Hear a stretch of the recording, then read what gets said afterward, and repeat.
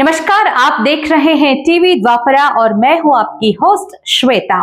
महाराष्ट्र की राजनीति में राज ठाकरे की पार्टी महाराष्ट्र नवनिर्माण सेना MNS एक बार फिर चर्चा का केंद्र बनी हुई है।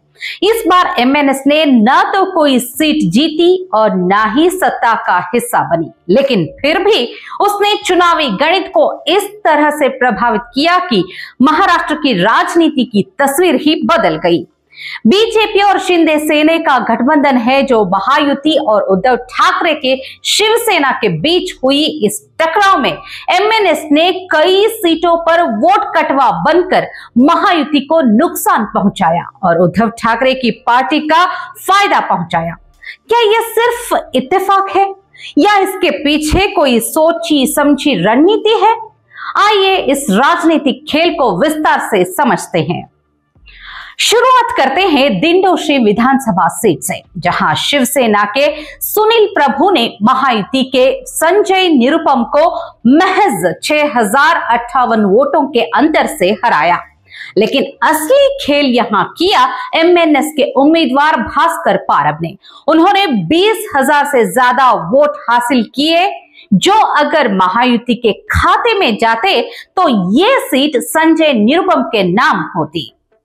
यहां MNS ने न सिर्फ महायुति का नुकसान पहुंचाया, बल्कि अप्रत्यक्ष रूप से उद्धव ठाकरे की पार्टी को जीत दिलाई।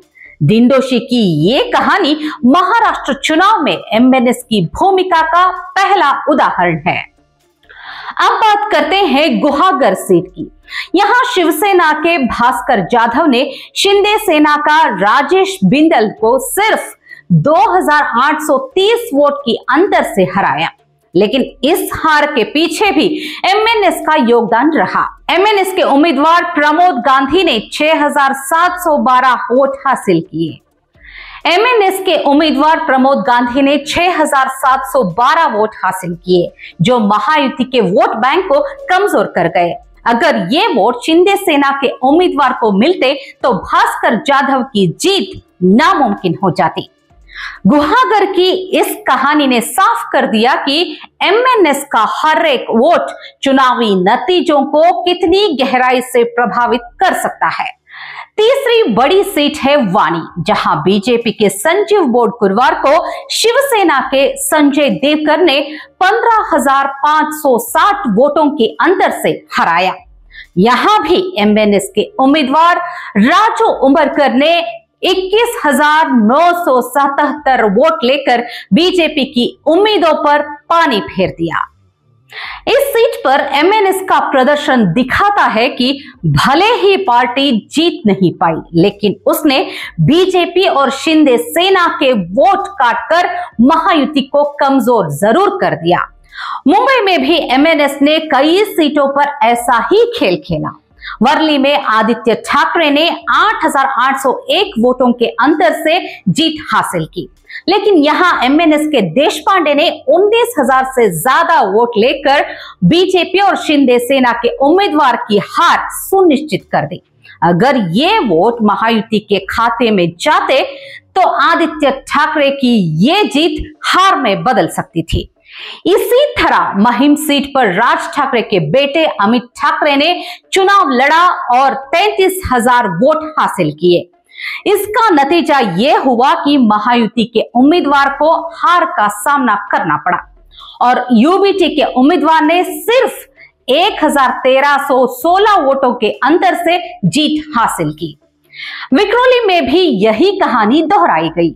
यहां शिवसेना के संजय राउत के भाई सुनील राउत ने महज 15,526 वोटों से जीत दर्ज की, जबकि MNS के उम्मीदवार ने 16,813 वोट हासिल किए।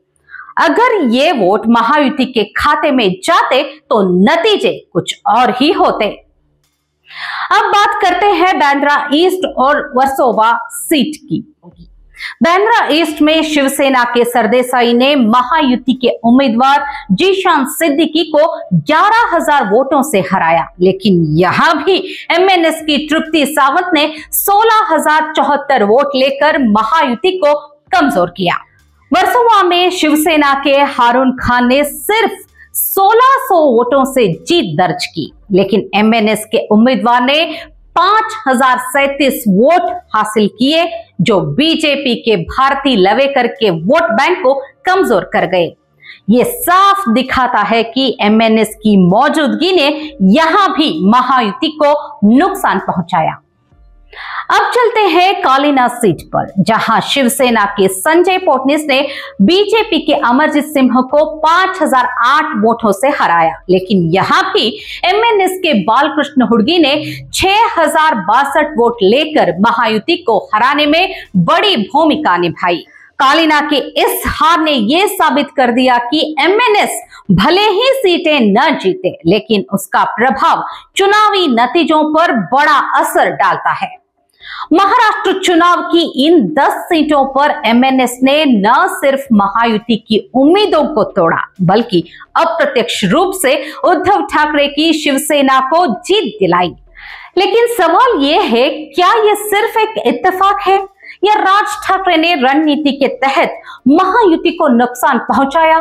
एमएनएस का ये खेल क्या सिर्फ वोट कटवा का है, या ये पार्टी महाराष्ट्र की राजनीति में किंग मेकर बनने की तैयारी कर रही है? एमएनएस की भूमिका पर सवाल उठाना इसीलिए भी जरूरी है क्योंकि इस चुनाव में उसने जीत भले न हासिल की हो, लेकिन कई सीटों पर उसने खेल जरूर बिगाड़ा। क्या राज ठाकरे आने वाले चुनावों में इस रणनीति को आगे बढ़ाएंगे? क्या एमएनएस का ये रुख महायुति के लिए खतरा है? और सबसे बड़ा सवाल, क्या एमएनएस का ये व्यवहार महाराष्ट्र की राजनीति को नई दिशा देगा, या ये पार्टी सिर्फ एक वोट कटवा बनकर रह जाएगी? महाराष्ट्र की राजनीति में हर छोटी पार्टी का बड़ा असर होता है और राज ठाकरे की एमएनएस इसका ताजा उदाहरण है। इस पर आपकी क्या राय है, हमें जरूर बताइए।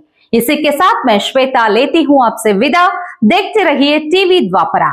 धन्यवाद।